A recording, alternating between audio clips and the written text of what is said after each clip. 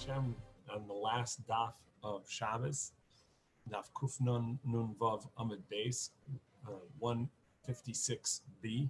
We are beginning at the Mishnah. We saw many times throughout the Masechta machlokas between Rabbi Shimon and Rabbi Yehuda. To what extent do we say the concepts of muksa? And generally, the term used in the Gemara is that Rabbi Shimon does not have a concept of muksa. But really, as we know, that there is a concept, but it's a very limited concept, only on things that you expressly would set aside and not want to use on Shabbos. That's where there's a concept of muksa, according to Rabbi Shimon. And according to Rabbi Yehuda, it's a broader concept of muksa. Anything that you generally wouldn't have thought you wanted would be muksa. So we're on 156b in the Mishnah. You're allowed to cut gourd, even if it is muksa, because it wasn't set for animal feed. You're allowed to cut it for the animals. And also the carcass of roadkill of a dead animal.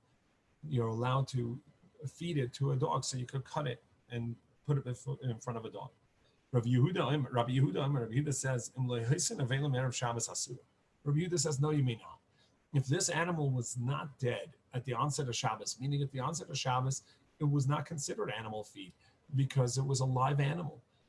At that point, at the onset of Shabbos, it became muksa.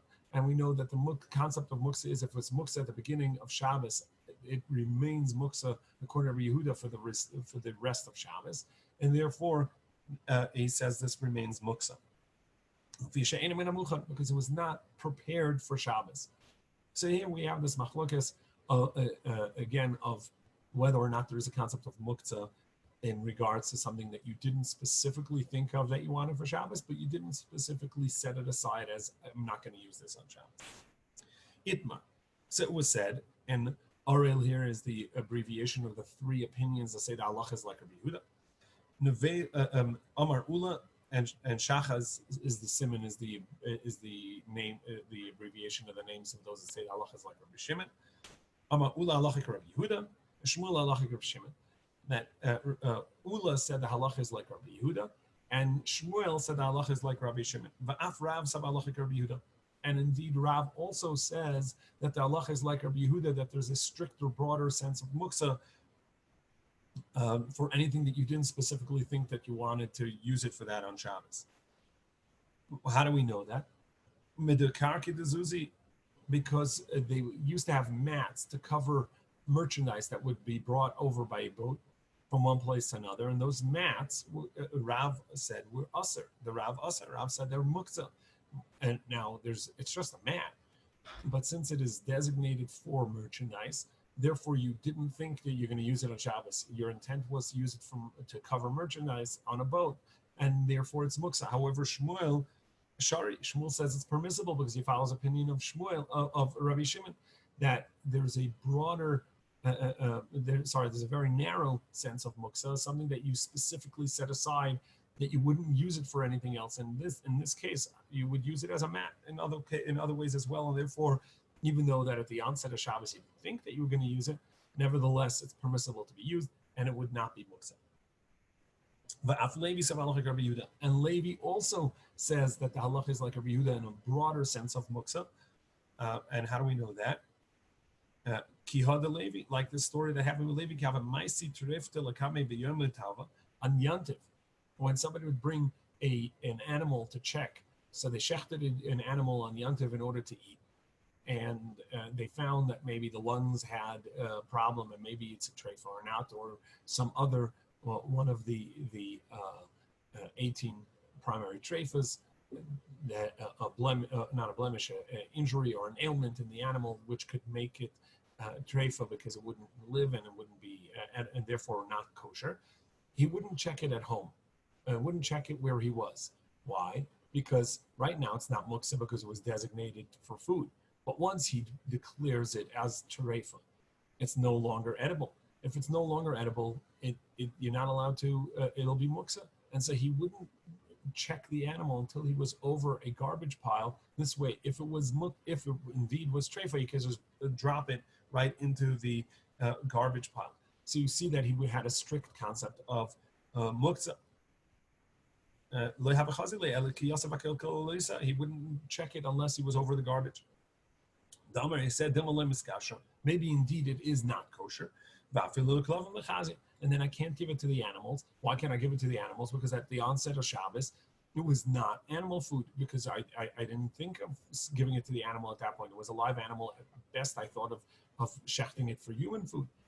And that concurs with the Yehuda in our Mishnah, who says that you cannot cut an animal for roadkill for dogs if it wasn't prepared before Shabbos or Yantif. Shmuel Amar, however, as we said, Shmuel says, halachic Rabbi Shimon. Halachic is like Rabbi Shimon, that we have a very narrow concept of muktzah. Va'av Ze'iri Amar halachic Rabbi Shimon, and Ze'iri also said that. Where do we see that? The Tanan we learn. The Hamish Mesa, an animal that died. So now that the animal died, it essentially would be animal feed. So the Bryce, so we learned that you cannot move it. Now, this seems like Rabbi Yehuda. However, Ze'iri says, oh, you know what that Mishnah is talking about? That Mishnah is talking about that specifically is talking about an animal which is kachim, which was a korban. It was designated as some korban for the mizbeach, and therefore, if it died, there's nothing to be done with it, because you're not allowed to give it to dogs. You can't take something that was once designated as kachim and give it as a dog. That for sure cannot be done, and therefore it must be. Therefore, it must be that. Therefore, it's muktzah. But what we see is, from the fact that he needed to limit the Mishnah to a particular case of where it was muktzah, on account of it was kachim, it was designated for mizbeach.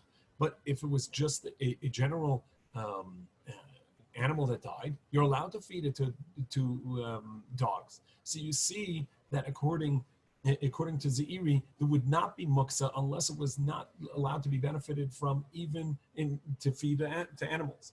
And indeed, if it was not kachim, if it was just regular mundane animal, you would be allowed to feed it to your dogs, even though that it died on Shabbos or Yantif. Rabbi Yochanan also said the narrow interpretation of muktzah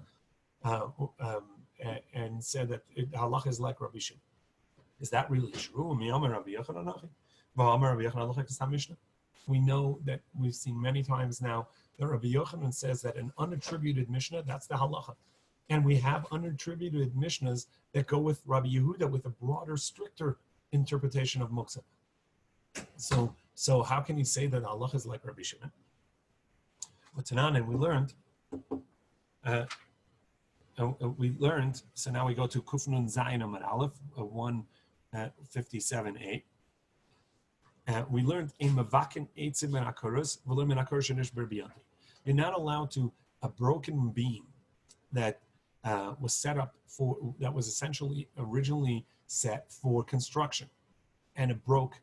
You're not allowed to chop that on Yontif to make fire, even though firewood on Yontif is permissible, because you're allowed to make a fire in Yontif.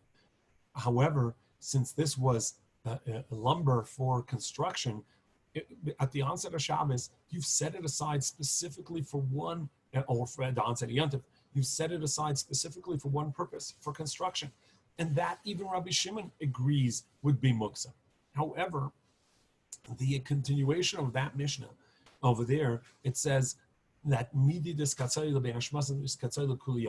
it says over there that if it was muktzah at the onset of Shabbos or Yantiv, it remained muktzah for the entire Shabbos and Yantiv. And that's the opinion of Rabbi Yehuda, not the opinion of Rabbi Shimon. And therefore, we see a Stam Mishnah, an unattributed Mishnah that follows the opinion of Rabbi Yehuda, and therefore, so too, it should be prohibited, and therefore Rabbi Yochanan should follow that halacha. And since he's following the halacha of, and since he follows halacha Rabbi, he says halacha is like Rabbi Shimon, but we have an unattributed Mishnah like Rabbi Yehuda. that's a contradiction in the statements of Rabbi Yochanan. So the Gemara says Rabbi Yochanan attributes that Mishnah, and Rabbi Yochanan attributes that Mishnah to Rabbi Yossi Rabbi Yehuda. Masneva. He attributes that Mishnah like Rabbi Yossi Rabbi Yehuda, that it says explicitly that it is not an unattributed Mishnah, but it is the opinion of Rabbi Yossi Rabbi Yehuda. Tashema. So let's prove this idea. Maschila b'arei mesateven. It says that in regards to kindling on Yantiv, you can use bundles of hay and straw. But you may not start using wood that's in a wood pile in your wood shed. So why not? If you hold like Rabbi Shimon, it wouldn't be muktzah because that's essentially what it's for. And Rabbi Yehuda would say that it's muktzah on account of that since it's in the shed, so you have not yet designated it, not yet intended for it to be used for kindling. But in this case, in the case of in the case of Rabbi Shimon should say that it's permissible. So again, we have an unattributed Mishnah like Rabbi Yehuda. So Gemara says, no, there too, Hasam ba'arzi v'ashuchi. The muktzah machmas chesed kis after Rabbi Shimon. There, we're not actually talking about regular kindling wood. Of course, according to Rabbi Shimon, kindling wood is permissible to be used on Yantif because that's what it's for. Rather, what we're talking about is that according to Rabbi Shimon, that it was a particular kindling wood. It was a particular wood that was not made for kindling. These are cedar beams and similar trees, which are expensive wood. Nobody would use that for kindling. That's only used for making vessels and construction, and therefore it's too expensive, and nobody would use it for this. And you would only use it for its intended purpose, and therefore it's muktzah. And this concept is called muktzah machmas chesron kis. It is muktzah on account of its value, but it's a tricky concept because we've seen this before. It's not on account of that how expensive it is, but rather because of its expense and because of the potential damage to it, you designate a place for it and intend for it never to be moved until its intended use, such as it could be something as like a knife that is specific, it's sharpened and it's specific use, and only for that use do you use it, such as a shechting knife, a surgical knife, etc. It could be something that is delicate, but the concept is, in this case, because it's an expensive wood or a very solid wood, and you never use it for kindling, you'd only use it for construction. Therefore, you've set it aside, and that, according to Rabbi Shimon, is an intentional setting aside, an intentional muktzah, and therefore even that is muktzah. That even Rabbi Shimon would agree is muktzah. Tashema. So we'll try and prove it from here. And the Mishnah says, a mashkin v'shechten asamid. Wild animals, well, not wild animals, undomesticated animals. Undomesticated animals, meaning even cows, sheep, goats, but if they roam free and they don't come home during seasons, then you're not allowed to shech them on Yantiv, even though you're allowed to shech on Yantiv, but these are, they have not been intentionally designated for it because they're out in the field, they roam free. And therefore you're not even allowed to give them to drink. Now you're allowed to give them to drink, generally, there's nothing wrong with that. But the custom is that prior to shechting, you would give an animal to drink. The reason is really because the skinning of the animal is easier after the shechita. So they would give the animal to drink. So the halacha is that you're not allowed to give them to drink or shech them, meaning you're not allowed to shech them on Yantiv because they're muktzah, because you never thought that you're going to have these for Yantiv because they're roaming free. But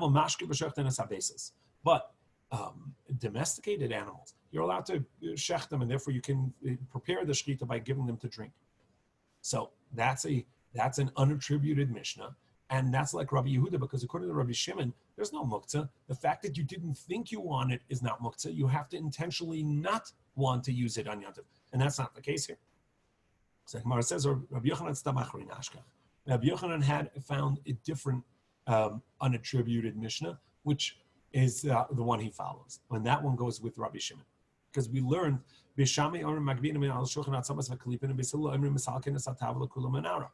that we saw this a few weeks ago, that when you have bones and shells, leftovers from food, that whether you're allowed to pick it up directly and toss it because it's disgusting, or you can only shake off the table and let it fall on the ground. And in the Mishnah, Beis Shammai is the one that's lenient, and Beis Hillel is the one that's strict. And Rav Nachman says no, that the text is incorrect, because as we saw, that there's a idios, there is a list of the times that Beis Shammai were more lenient than Beis Hillel, and this doesn't show up in the list. So actually, the text is the other way around. Anu ein lanu ela Beis Shammai ka Rabbi Yehuda. That Beis Shammai is strict like Rabbi Yehuda, and has a stricter interpretation of muktzah. And Beis Hillel ka Rabbi Shimon, and Beis Hillel is like Rabbi Shimon, a narrow interpretation of muktzah.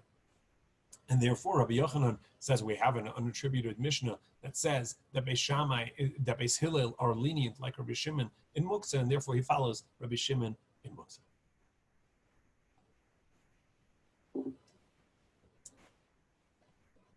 Pligi bar Ravacha v'Ravina. Ravacha and Ravina had a disagreement. One went one way, one went the other way. One said that always in Shabbos, in all the laws of Shabbos, we always follow Rabbi Shimon, who's usually, in many cases, more lenient. Besides for the muktzah machmas chesron kiss, this mention that we mentioned, machmas miyas, what we mentioned, a muktzah that Rabbi Shimon would, and this is the muktzah of something that's disgusting, such as you used a earthenware bowl for a oil wick, and you lit a candle in there, so it became smoky and really disgusting. And as an earthenware vessel, our earthenware vessels usually have a coating, but if it was not glazed, then it really gets absorbed into the vessel. And you'd never want to eat out of that afterwards. So it's a muktzah machmas chesron kis. It's muktzah on account of machmas mius. It's on account of that it's disgusting. And so that vessel is set aside. And even though Rabbi Shimon is lenient in regards to that, one of them said the halacha is like Rabbi Shimon and everything besides for this muktzah of disgusting that also would apply as a muktzah. Mind you, there, yashin, an old candle, because you'd never eat out of it. The other said, no, actually the halacha is like Rabbi Shimon, even in muktzah machmas miyos, and that's not a muktzah because it's not set aside. If you decide you want to use it for something, you're allowed to. However, if at the onset of Shabbos, this vessel was prohibited, that means you lit a candle in this vessel, and so at the onset of Shabbos, you can't move it, because if you move it, the oil will shake, and that will infuse more oil and increase the flame or extinguish the flame, and that's prohibited on Shabbos. Since it's muktzah, machmas isur, there's a prohibited substance, the flame, on the top of that, in that vessel. That vessel is prohibited at the onset of Shabbos. And we saw this way back in the beginning of the Masechta, maybe the first month or two in. And that muktzah is, even though Rabbi Shimon is lenient about that, there we're going to be strict. Remind you, that's a candle that was lit on that Shabbos. However, a muktzah, something that was set aside because you would never move it for anything else, use it for anything else because of its value and how delicate it is or how important it is. So there, it's a muktzah. Even Rabbi Shimon would agree to it. The Tanan, as we learn, as Rabbi Shimon says, you're allowed to move and take any vessels that you want for Shabbos, chutz mi meser hagadol, besides for a great sickle, a great saw, and the peg of a plow. These are things that you wouldn't use for other things because it would damage it and would make it would make the cutting of the saw go off kilter, or the plow would stray. And therefore, you never use these. Once you got them right, you never move them for anything else. You use it for anything else, and that, even Rabbi Shimon says, is Musa. The last mission of the Masechta deals with annulling vows on Shabbos.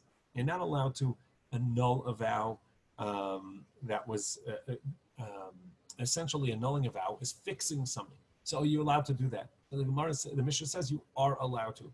You're allowed to, and there were two types of annulling a vow. There was annulment of a vow made by a young maiden and annulled by her father, or a woman annulled by her husband. And essentially, that's considered al das. It's made with the intent that they would accept the vow, and since within 24 hours of hearing of it, they annulled it, that would be permissible. That would no longer be a vow. However, it's a 24-hour period from when they find out about it, and no more. So there's a time constraint for that annulment. And the second type of annulment is much more common, is the annulment of Beis Din, where Beis Din would ask for the person would ask Beis Din to annul the vow, and Beis Din would ask, is there any condition that you didn't know of that had you known, you would not have made the vow, and based on that, they annul the vow. So Mefir and Adonam Shabbos, you're allowed to do hafara, which is where the father would annul the daughter's vow, etc. That's a 24-hour period. And you can also ask Beis Din to annul it on Shabbos. Shehem l'tzorach Shabbos. If they are in need of a Shabbos, that meaning that let's say you made an oath and said, I'm not going to eat today.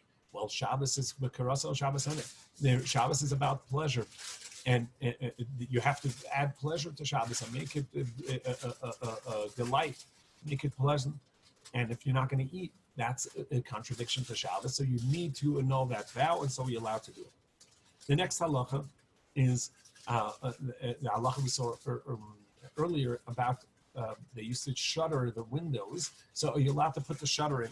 You're allowed to shutter a window. And you're also allowed to measure a cloth to see whether it is the requisite size, 3 by 3, in order to count as enough of a patch to count as something susceptible to tumor. You can also measure a mikvah to know whether someone is allowed to go in and it'll work. There was a story by these people. They used an earthenware vessel and they sealed the window and they put it in as a shutter in the window. And they took an earthenware small vessel and they sealed it with like a seaweed. To know whether in a barrel there was a break that was open a tefach, imlav or not. And the Gemara is going to explain what that scenario is. We'll talk about that just shortly.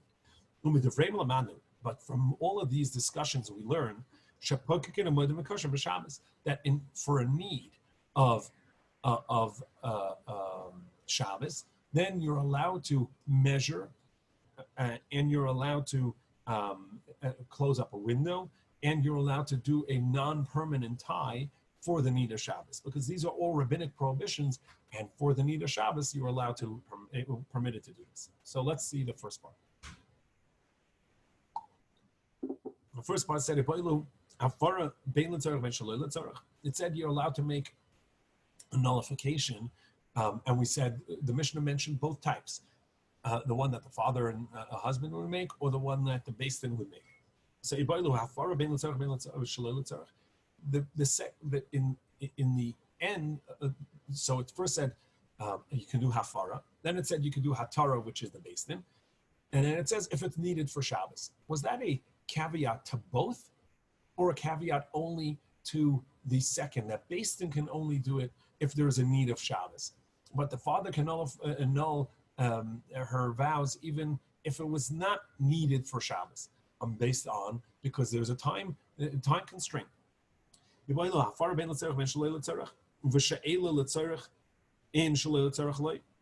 is hafara permissible both ways, whether you need it for Shabbos or not? and hatara is only if it pertains to Shabbos, such as not eating. And that's why it's two separate statements in the Mishnah. Or do we say no? Even to do hafara, it has to be needed for Shabbos. Otherwise, there's no reason to annul it, and you can't annul it on Shabbos. So why are there two phrases to tell you that mishum hafara in tzarich beistin, to tell you that one requires beistin and one doesn't? Tashema. So let's prove from this. The Tana Zuta Devei Rav Papa. Zuta taught in the Academy of Rav Papa. Mefirin nedarim b'Shabbos etzarich haShabbos. You can do hafara, and he uses the term that what a husband or father would do, even on Shabbos, if it's a need for Shabbos. L'tzarich haShabbos and shelo l'tzarich haShabbos. From there we see only if it's needed for Shabbos and not if it's not needed for Shabbos. Lishna charina. However, there's another version of this. Ibaylu l'tzarich tarvayu tani. This that it says that it's a need for Shabbos is going on both phrases of the Mishnah. But if it's not needed, then you can't do it even hafara. So we see that the annulment that a father or a husband would make is exactly 24 hours from the moment it was said until it was annulled, and therefore, the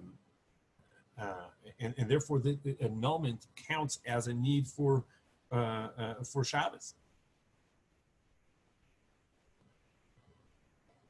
And if he heard it at the onset of Shabbos, but if he heard it on Shabbos, and he can, so he has 24 hours, so he can even do it after Shabbos. It's never needed to annul on Shabbos.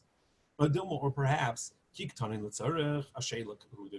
Or do we say no, that the phrase which comes after the two types of annulments, it says that if it's needed for Shabbos is only the one with Beistin, but the hafara can be done even if it's not needed for Shabbos, and that would be because when it says in the Torah that that day that he can annul it that day, it doesn't mean 24 hours from when he heard it, but within that day, and therefore at sunset he's going to lose the opportunity, and therefore it's always at Tzarech HaShabbos, always necessary to annul it on Shabbos if he wants to annul it, because after Shabbos there is no opportunity. So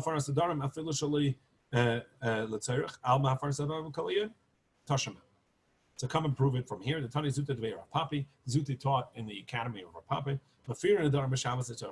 You can only annul, and he uses the term hafara.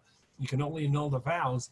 Even hafara, even a father annulling his daughter vows, or a husband his wife's vows on Shabbos, if it's needed for Shabbos. But if it's not needed for Shabbos, then you're not allowed to. So we see the annulment of a husband to wife or father's to daughter's vow is going to be 24 hours, and therefore you can always do it after Shabbos, so there's no need on Shabbos. So Mar says, wait, it says that it's only on that day, and therefore sometimes it comes out that there's a lot of time, and sometimes there's only a little bit of time, depending on when he finds out that she made this vow. Ketzad, Nadra, so what would be the scenario? Nadra Leili Shabbos, if she made a vow Friday night, made for Leila Shabbos, V'yem Shabbos HaShetech, he's got nearly 24 hours to annul it.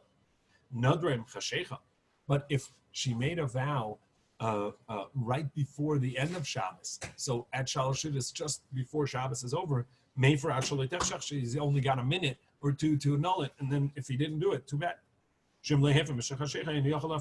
And therefore he can't annul it anymore. So how could you say that he's got 24 hours? This over here we learn in this Mishnah that it's only that day and that day alone. Tanoi, so we said indeed that's a machlokas Tanoim. The Tanya Hafar Sadarim Koliyum, the annulment of vows is all day. Rabbi Yosef, Rabbi Yehuda, Rabbi Loza, Rabbi Shimon Amru Me'es La'es, that it's actually 24 hours. And you're allowed to ask Basin to annul a vow. Is that true even if you could have done it Friday, you could have done it Thursday, but you didn't? Or is it only if you had no opportunity beforehand? So the Gemara asks, is it only if he had no opportunity prior to Shabbos? Or is it even if he had no opportunity, even had opportunity before Shabbos, nevertheless, since he didn't, and there's a need, he's allowed to do it on Shabbos? We see the Rabbanan set up a basin for Rav Zutra, the son of Rav Zera. He had an opportunity before Shabbos, and nevertheless they did it on Shabbos. You see, you're allowed to do it on Shabbos. If there's a need on Shabbos, you can do it on Shabbos, even if he had an opportunity before Shabbos. So the Mishnah tells a story of that they had met in order to teach that you could do measurements on Shabbos for a need of mitzvah, so that they took a earthenware vessel and put it into a window as a shutter, and then they measured a smaller vessel to see whether a barrel had a break that was a tefach. So what's going on? So an introduction. We learned the halacha of tuma when a deceased is in a home or a house or even under an overhang or anything that is covering and shared space of a deceased person, that muksa will now spread. If there's a window in that space and that window has a seal, so that would stop the muksa from going in if the muksa has another exit to go through. So the Gemara is going to tell us there was a story that between two buildings, there was a little bit of space, and in that space, somebody had died. The inside the building, they had, prior to the death, had sealed the shuttered the window with a temporary shutter with an earthenware vessel. And on top of that space between the buildings, there was a barrel sort of as an overhang, a half barrel that had been, a broken piece of barrel was up there as a cover. So now that would spread the tumah, unless there was a break, a crack in that cover that was a tefach, let's say 3 inches wide. Now, they knew that there was a crack in that cover, but they didn't know how wide it was. In order to be able to test that, they sealed another vessel with this seaweed, let's call it, gemi, and lowered it to that crack in the overhang, in the cover, to see whether that was open enough or not. And that's really what's going on. And all we're trying to learn from there is that you can measure for a mitzvah on Shabbos, because measuring is not one of the Torah prohibitions. It's a rabbinic prohibition, because if you measure, you may come to notate and take notes, and writing is a Torah prohibition. And therefore, for a mitzvah, you're allowed to do it. There was a small space, a path between two houses. And a deceased person was there. Now we turn to Kuf Nun Zayin on the base 157b. And there was a barrel that was cracked that was sitting on top of this space between the buildings that it served as a cover. So the window that would lead from the alleyway into the house was sealed with a jug prior to this person dying. And they sealed, so they tied up this jug to lower it. To know whether there was an opening of a tefach, which would be enough to allow the tumah through, and therefore it wouldn't spread into the house. Or if there wasn't, and then it would spread into the house. So we learn that you can measure and close a window and make a non-permanent knot for a mitzvah. So Gemara tells a story. Ula came to the Reish Galusa, to the head of the exile, the head of the community's house. He saw that Rabbi Baravuna was sitting in a barrel of water. And he was measuring it. This is not a mikvah, so you can't measure it on Shabbos. The lav mitzvah, because it's not a mitzvah. It's not a mitzvah. Did they say you're allowed to measure it? He says, I'm actually not measuring it. I'm just like messing around because, for no reason. And indeed, it only for a mitzvah is allowed. With this, we complete the 24th chapter of Shabbos. Shabbos, we complete Masechah Shabbos. We're going to say the Hadron. I'm going to stand up to say it. You're welcome to stand as well. I will read it for all of us. Give me a moment.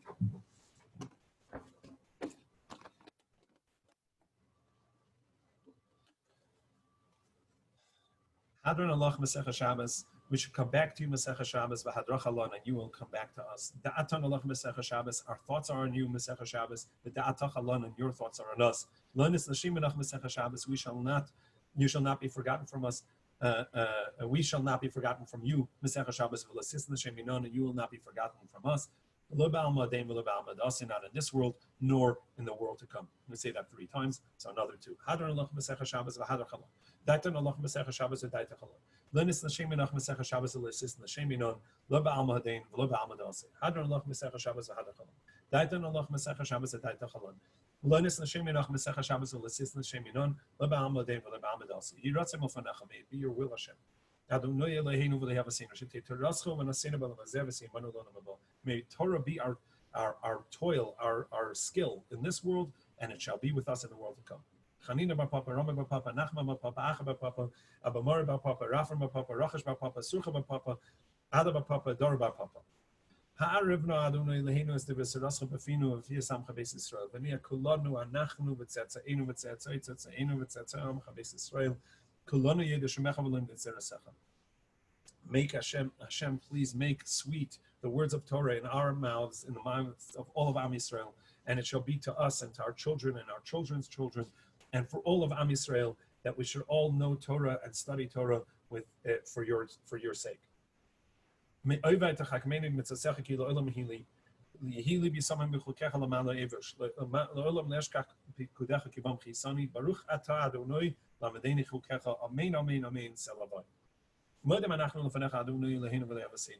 you, Hashem, for the opportunity to wake up and learn Torah. Shesamta chalkeinu miyoshev beis hamidrash v'lesamta chalkeinu miyoshev v'karanos. She'anu mashkimim v'hem mashkimim. Anu mashkimim l'divrei Torah v'hem mashkimim l'dvar metelim. Anu amelim v'hem amelim. Anu amelim v'mekablim sachar v'hem amelim v'hem mekablim sachar. Anu ratzim v'hem ratzim. Anu ratzim l'chayelim abah v'hem ratzim v'be'eshachas shenemar v'ata elihim toridem v'be'eshachas anshe domim v'mirmo l'yechatzu yimei ani yeftach ba. Yiratzim l'fanecha Adonai Eloheinu v'lehavasenu. Kashem shazartanu l'sayim Masechah Shabbos kein tazreinu lahaschem Masechtos esforim achenu l'sayim lilmod l'lamed lishma v'lasos l'kaimis kol divrei samat l'Masechah Bava mitzchus kol atanoim v'amaroim v'samid chachamim yamed lanu l'zareinu shelo yom shatorah mepinu mpi zareinu bezer zareinu adol v'siskaim banu v'salecha chatancha osach v'shach b'cha tishmor alecha v'akitzos ehitis yichecha ki v'yir b'yomecha v'sifru l'cha shnos chaim orech yomim mimina mismar lo shavachavod Adonai Oz La'amoyitain Adonai Varech Esamav Shalom. Mazel tov, everybody. Just going to take one moment to begin quickly a Maseches Eruvin. And Eruvin begins with the concept of Eruv, right? And we think of Eruv as a boundary, but really Eruv is the meal that we share. However, you do have to have boundaries. If you have an alleyway, and we've seen this halacha that where multiple courtyards that open in an alleyway, and the alleyway is enclosed, but the front is open. So you need a demarcation at the opening, and that demarcation can either be a vertical post or a horizontal beam. That horizontal beam, we'll see. The Mishnah begins with, how high can it be to still act as a notice to the people there that that's the end of the place that they can carry. And Bez Hashem, tomorrow morning we'll begin with that. Mazel tov. And we look forward to learning this difficult but wonderful Masechta together. Yashikoa.